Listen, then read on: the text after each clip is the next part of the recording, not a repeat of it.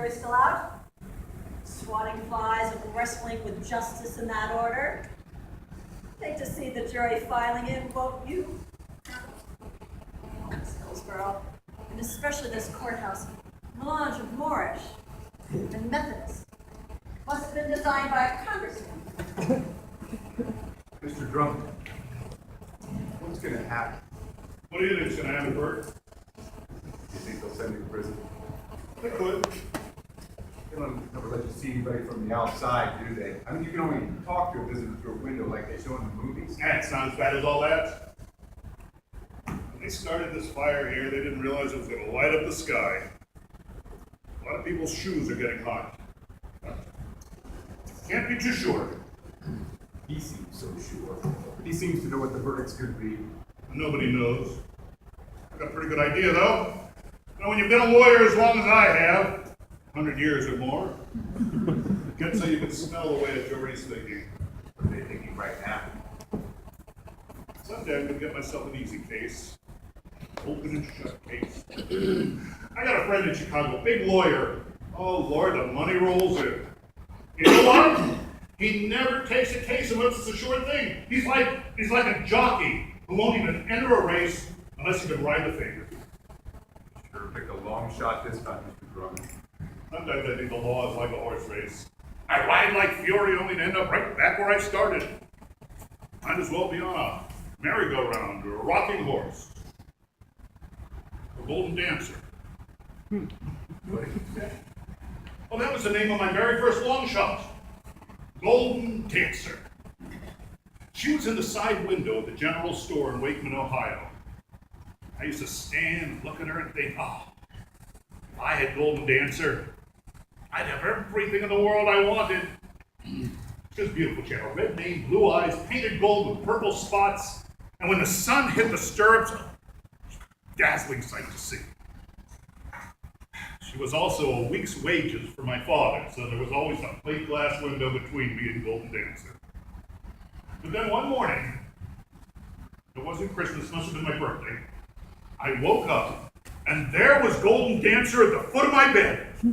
My mother had skimped on groceries, my father worked overtime for a month. I got up, I jumped in the saddle, I started to rock, and it broke. It just fell apart. It was put together with spit and sealing wax, and wood was rotten. It was all shine, no substance. Subvert. Whenever you see something that's bright and shiny, perfect seeming, gold with purple polka dots, you look behind the paint. And if it's a fake, show it up for what it is. I think this is the best place for it, Your Honor. It's all right with you. Well, there's no precedent for that. You understand, sir. We're making history here today. We've not done a lot of broadcasting. Well, we'll allow it, as long as it doesn't get in the way of the court's business.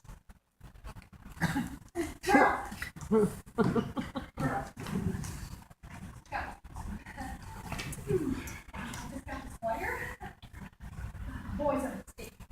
No worried. Newspapers all over in such a hullabaloo. After all, November ain't too far off. So many of us any good getting the voters all steamed up. Do your arm if things were just to simmer down.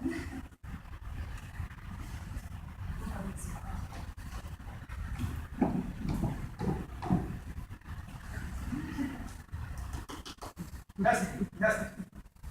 What's that? An enunciate. You gonna broadcast? Direct line to WGN in Chicago. When the jury comes back out, we'll announce the verdict. Radio. God, this is gonna break down a lot of barriers. You're not supposed to say God on the radio. Why the hell not? You're not supposed to say hell either. This is going to be a barren source of amusement. Can one speak into either side of this device? Yes, sir. Either side. Kindly signal me while I am speaking if my voice does not have sufficient projection for your radio apparatus.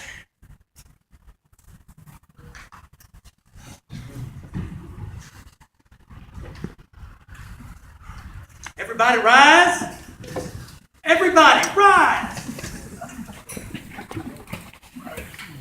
Hear ye. Court will reconvene in the case of the state versus Bertram Case. Tell from their faces. Ladies and gentlemen, this is Terry Esselstyn speaking to you from the Hillsborough Courthouse, where the jury is just returning to render their verdict on the famous Hillsborough monkey trial case. The judge is taking the bench, and in a few minutes, we'll find out if the Bertram Case is innocent or guilty. Gentlemen of the jury, you reached your decision. Yeah, yes, yeah, Your Honor.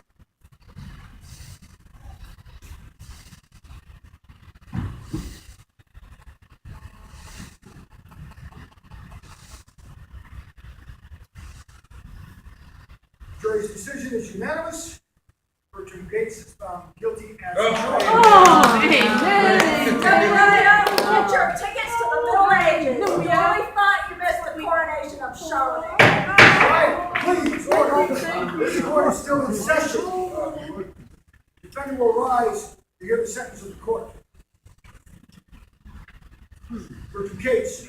Point of procedure, Your Honor. Is it not customary in this state to allow the defendant to make a statement before sentence is passed? Well, gentlemen, I regret this. I had the confusion and all. I neglected to this case. If you wish to make a statement before sentence is passed on you, you may go ahead and do so. Your Honor, I am not a public speaker. I do not have the eloquence of some of the people you've heard over the last few days. I'm just a school teacher. Not anymore, you ain't. Praise the Lord. I was a school teacher. I feel angry. I've been convicted of violating an unjust law. And I will continue in the future as I have in the past to oppose this law every day I can.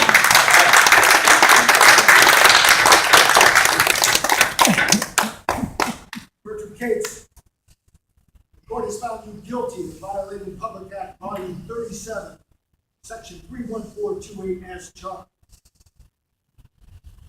Violation is punishable by fine and/or imprisonment. But since there's been no prior violation of this statute, there is no precedent to guide the court in passing sentence. The court deems it proper, therefore, to sentence Bertram Gates to pay a fine of $100. Your Honor, this seems to conclude the business of this. Your Honor, the prosecution takes exception, where the issues at stake are so tight. I object. The court must be held I object. Just a minute.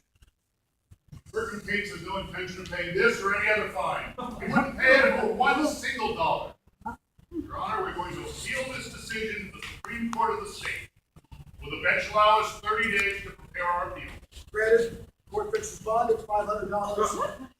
I believe this concludes the business of this trial, therefore I declare this court to be Your Honor, with the court's permission, I should like to read into the record a few short remarks. Objection!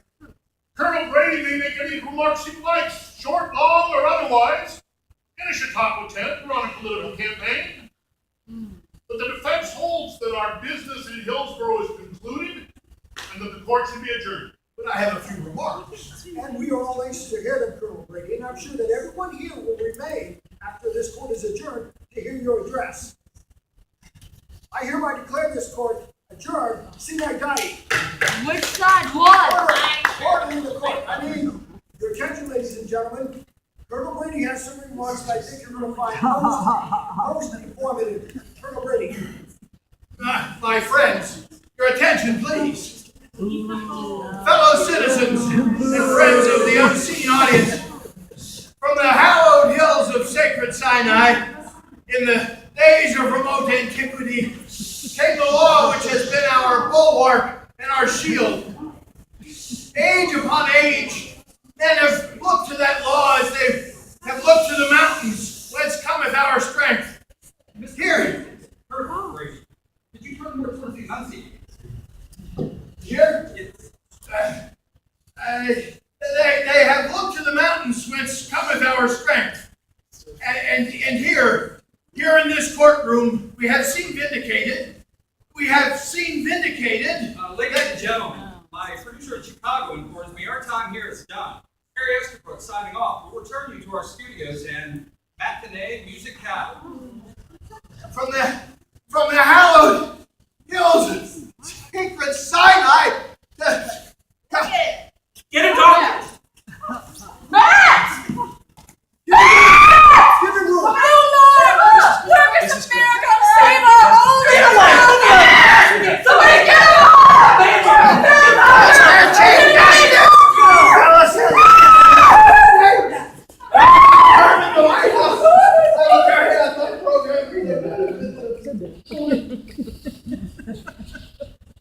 Quickly they can turn. How painful it must be when you don't expect it. Wonder what it's like to be almost president 3 times. Have a skull full of undelivered inauguration speeches. Something happens to him also. Something happens to the feet of a man. Second. He becomes a national, unloved child. Balding orphan. An aging adolescent who never had his face. Unloved children of all ages insinuate themselves into spotlights and photographers. They stand on their hands and wiggle their feet and pound pulpits. And their tonsils. Show me a shouter. Show you. Light. It's terrible. As poor folks say, healed over from this heat. Oh, he'll be all right in a few hours once he's sweated out the pickles and the pumpernickels. Once he's let his tongue forget the acid taste of vinegar victory. Mount Brady will erupt again by nightfall, spouting lukewarm fire and irrelevant ashes. Senator, I don't know. Did I win or did I lose? you won. But the jury found me. Jury. Well, then, millions of people are going to say you won. They'll read in their papers tonight that you smashed a bad law. You made it a joke. But what's going to happen now? I don't have a job. I definitely been living in You'll a be boarding tough for a house. while. I'm going to be at a church social. Remember, while they're making you sweat, you help the next fellow. You never over, do you? Tomorrow, next week, sure enough, somebody else is going to have to stand up, and you help give them the guts to do it. Speaker, don't you have to lock me back up? If it's failed, You don't expect a school teacher to have 500 jobs. the person here, With a year's subscription to the Baltimore Herald, we give away, at no cost or obligation, 1 year free. Rachel! I don't need any more shirts. I'm free for a while anyway. These are my things, Bert. I'm going away. Where are you going? I'm not sure, but I'm meeting my father. Bert, it's my fault Joe was not here.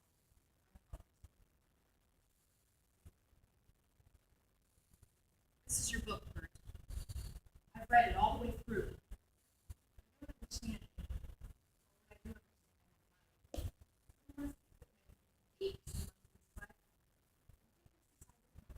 You're right. That's decided.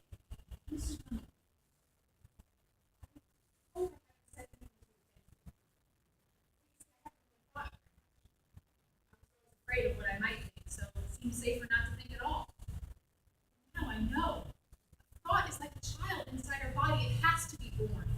If it dies inside of us, then part of us dies too. Maybe what Mr. Darwin wrote is bad. Bad or good, it doesn't make any difference. The ideas have to come out like children. Some of them healthy as a bean plant. Some are sickly.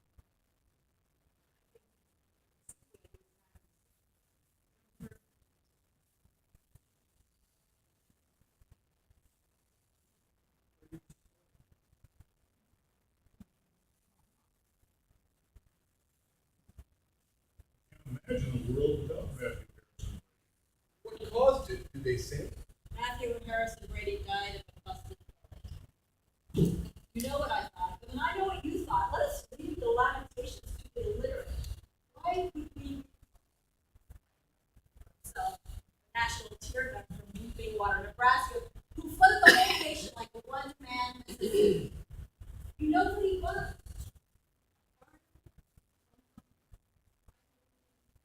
That's You have no more right to insult his religion as you do to insult mine, or my left. you know, from the defense, even up his head. There was much greatness in that man. So I put that in his opinion. Write anything you did, please. If you write a picture of a man who's been dead 30 years, in memoriam, Matthew Harrison Brady. Hail the apostle whose letters to the Corinthians got lost in the mail. 10 years, 2 years. And the guide, the tourist will say to the guide, Matthew Harrison.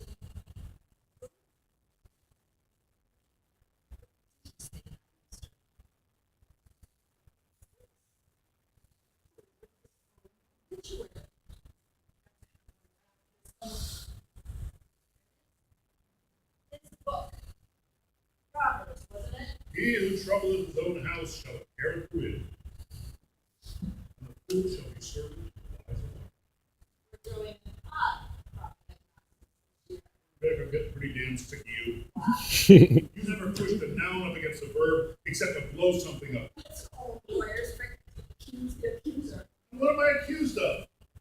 I charge you with self-perjury, kindness, aforethought, sentimentality, the first degree. Why? Because I refuse to erase a man's life? I tell you, Brady had the same rights as Cates. The right to be wrong. Be kind to bigots. Weak old Greek is dead, so we must be kind.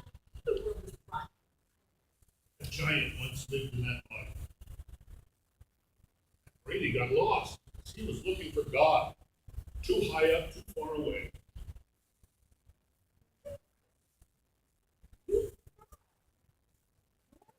More religious than he was.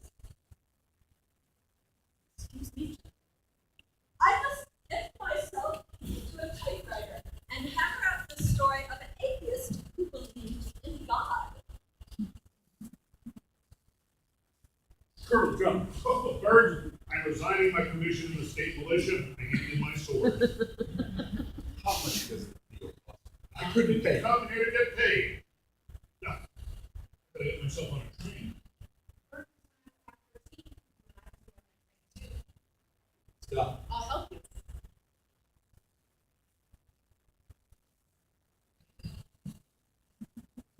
Wait a minute, wait! You forgot.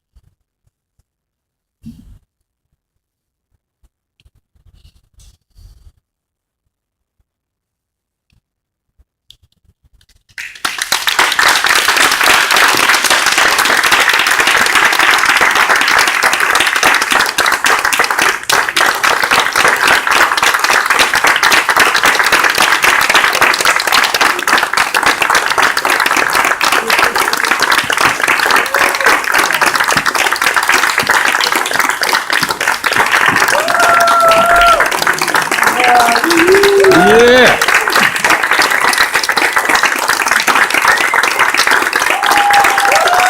Yeah.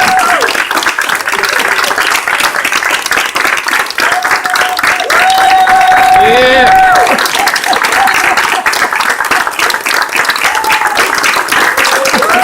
Yeah.